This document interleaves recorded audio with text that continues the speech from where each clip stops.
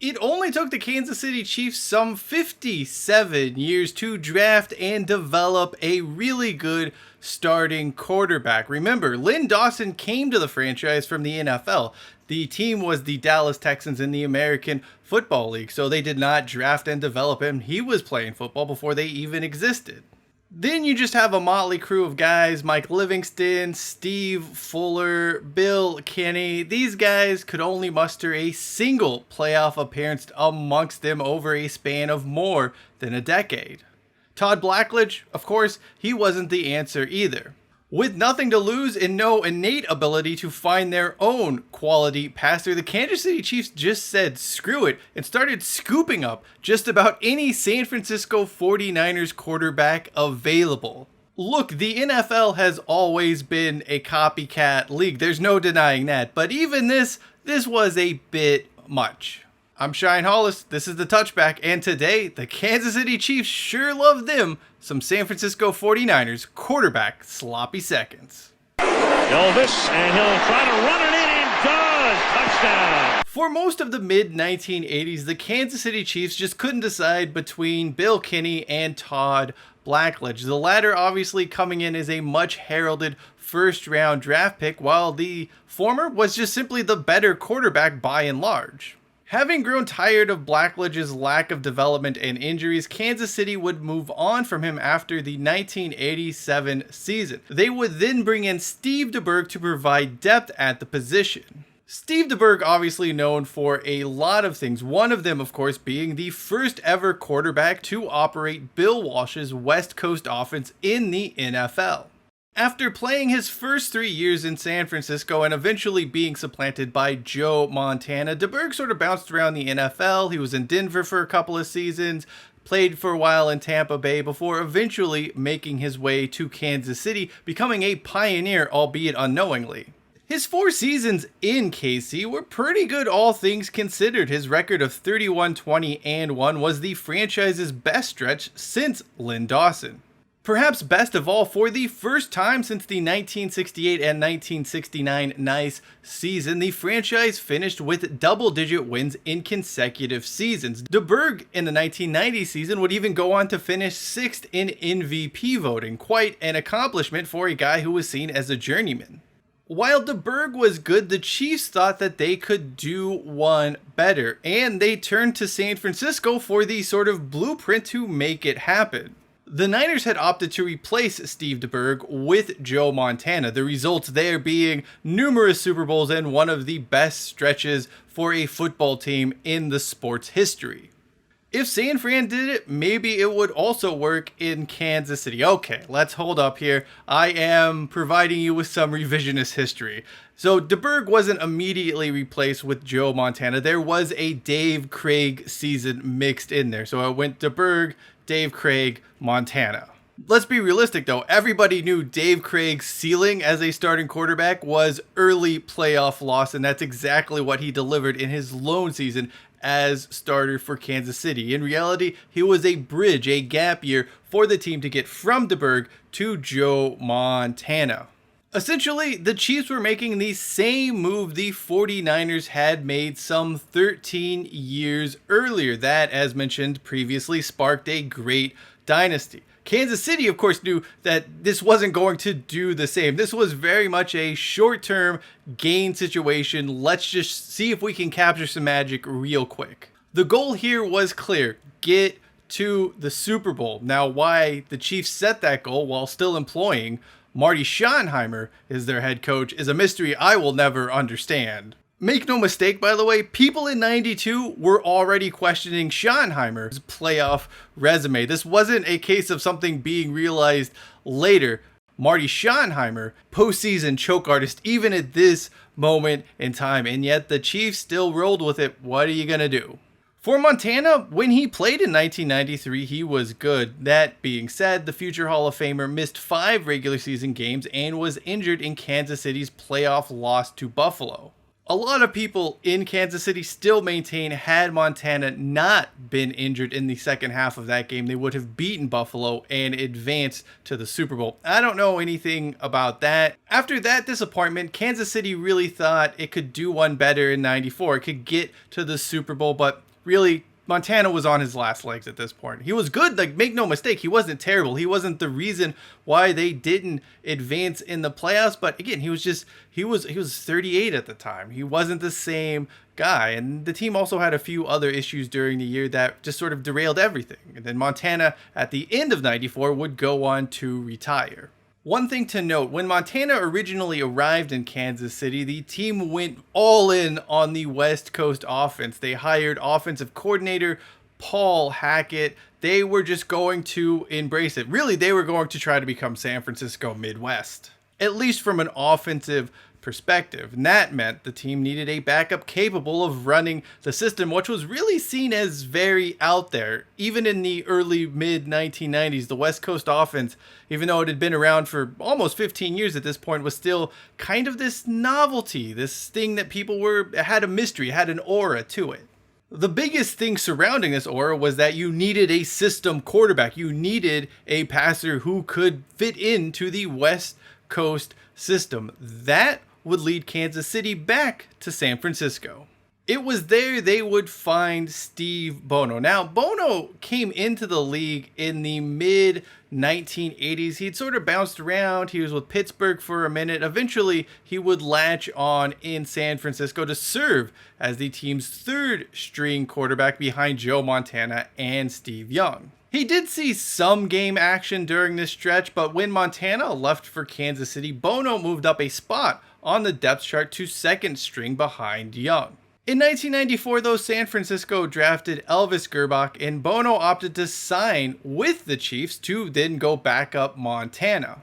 With the legend's retirement after that season, it finally gave Bono his first opportunity to enter a season as the unquestioned starter.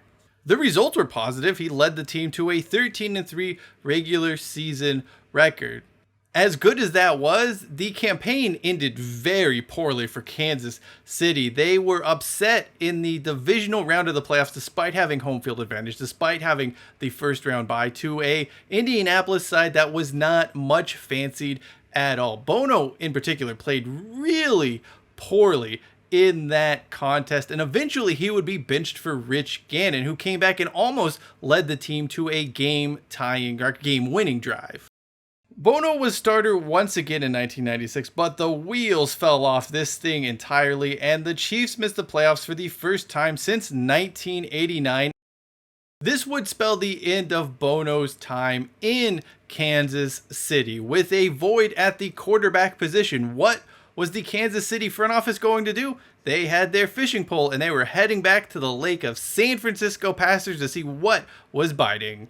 The Chiefs opted to replace the man who replaced Montana with the man who replaced him in San Francisco. If you don't follow that, well, here's the simpler version. They signed Elvis Gerbach.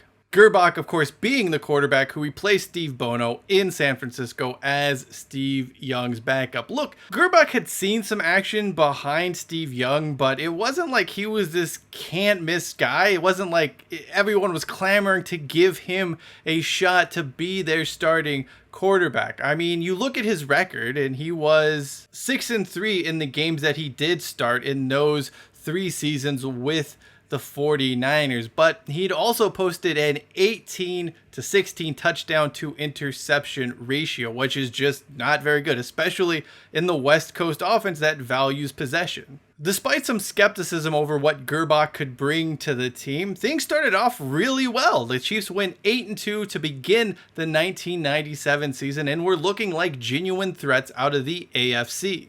However, he was injured in week 10 and was replaced by Gannon, who came in and went 5-1. The thing about Gannon, though, is he really rallied the team and he rallied the fan base. It's hard to sort of quantify this because you look at the records and you think, well, they both did a pretty good job. But there was a buzz around Gannon. Gannon had the popularity, he had the team behind him, and that really led to a sticky situation for head coach Marty Schottenheimer. You see, Gerbach was ready to return from injury in time for the playoffs. Given his playoff track record, Schottenheimer unsurprisingly made the incorrect decision here, opting to give Gerbach his starting job back in the divisional round playoffs as opposed to riding the hot hand in Gannon. The result was not good. Gerbach played pretty poorly as Kansas City was once again upset in the divisional round of the playoffs despite having home field advantage and having received the bye. This performance was one Gerbach could never escape during his time in Kansas City. Fans never could get behind him. There were also lots of rumors and reports, and teammates have since come out in various podcasts and talked about how unliked he was as the team's leader. It followed him throughout his remaining 3 years in Kansas City. While his numbers weren't terrible, he was just that guy. What made everything probably far worse for Gerbach is that Rich Gannon went on to Oakland and had this huge career renaissance. While he was the team starter in 98, 99, and 2000, KC didn't make the playoffs during that time. He would sign with the Ravens in 2001 and was out of the league after that. As for Rich Gannon, he of course won the MVP in 2002. You kind of think maybe KC didn't know exactly what they had in Gannon, despite watching him having rallied the team on several occasions as their backup. At this point in the story, the bridge between San Francisco and Kansas City as it relates to quarterbacks is broken. The team went on to hire Dick Vermeil, who obviously has his own style of offense and one that didn't require a specialist West Coast passer. That is not the only reason why KC stopped hunting for their next signal caller in San Francisco. Let's not forget, things are about to get really bad in Ninerland. They are churning out some of the worst passers imaginable, so there wasn't really anyone for the Chiefs to sign even if they wanted to.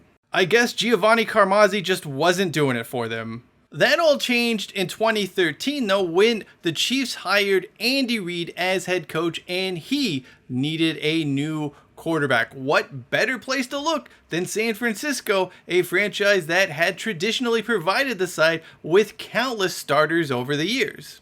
When Kansas City traded for Alex Smith, it reopened the grand tradition of former 49ers quarterbacks making their way to Arrowhead Stadium. This was also the first time since Joe Montana that the team was consistently good, playing at a high level. While there had been some good seasons mixed in there since Montana retired, it was always very up and down. Sure, playoff success was fleeting for KC, but Smith's 5 years as a starter in the city under Reid were really good and helped provide stability to a franchise that has just been not particularly good during the early 2010s and late 2000s.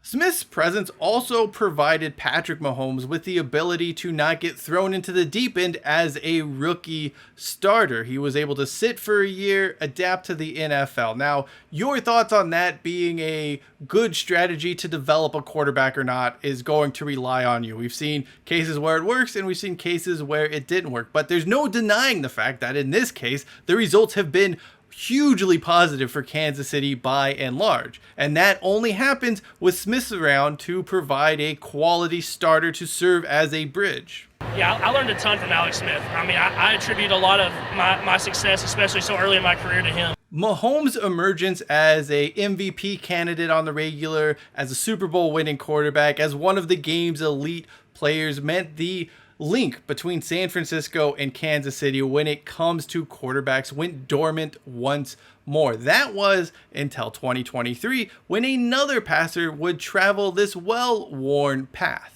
Blaine Gabbert, who had been in San Francisco during the dark days of Chip Kelly, made his way to Kansas City to revive the connection. Now, admittedly, when you say San Francisco 49ers quarterback, Blaine Gabbert is probably not the first guy or the second guy or the 100th guy that's going to spring to mind, but he still qualifies, and that's all that matters. For whatever reason in my lifetime, the Kansas City Chiefs just could not get enough of San Francisco 49ers quarterback sloppy seconds. In fact, I believe the only reason why Steve Young didn't start a game for the Kansas City Chiefs in his career was because he was injured and forced to retire. I'm guessing that in 2000, 2001, if Steve Young became available, he would have ended up in KC, Dick Vermeil or not.